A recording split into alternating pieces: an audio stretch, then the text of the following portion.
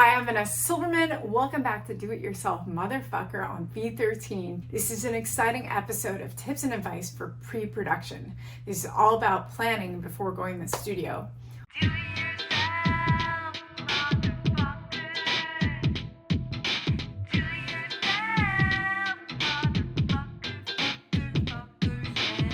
Whether you're an artist or a band, something to consider before going to the studio is, will you be playing to a click? What is the tempo of your song or songs, your BPM? This is something to consider in terms of the big picture. Will you be doing remixes? Will you be playing the backtracks? Of course, playing to a click is not a rule. There's been tons of successful bands who have not recorded to a click, but this is just something to consider for you or your band. The other thing is the key of the song. Does it sit well for you or your singer?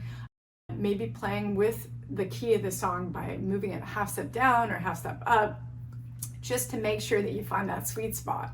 Another thing to explore is the arrangement of the song, making sure that your guitar and bass gel and are consistent in terms of playing with each other, your drums, all the instrumentation, exploring the lyrics, making sure those are somewhat refined. Of course, there's magic that can happen in the studio, but the more planning you do, the better and the more helpful it'll be when you get in the studio, and you'll be able to play around and feel also confident. Another thing to really consider in pre-production is planning the instrumentation. Whether you're a solo artist or a band, considering all the instrumentation, will there be other instruments after in like post-production? Will you be adding programming, percussion, keys, strings, anything else adding to your consistent overall sound?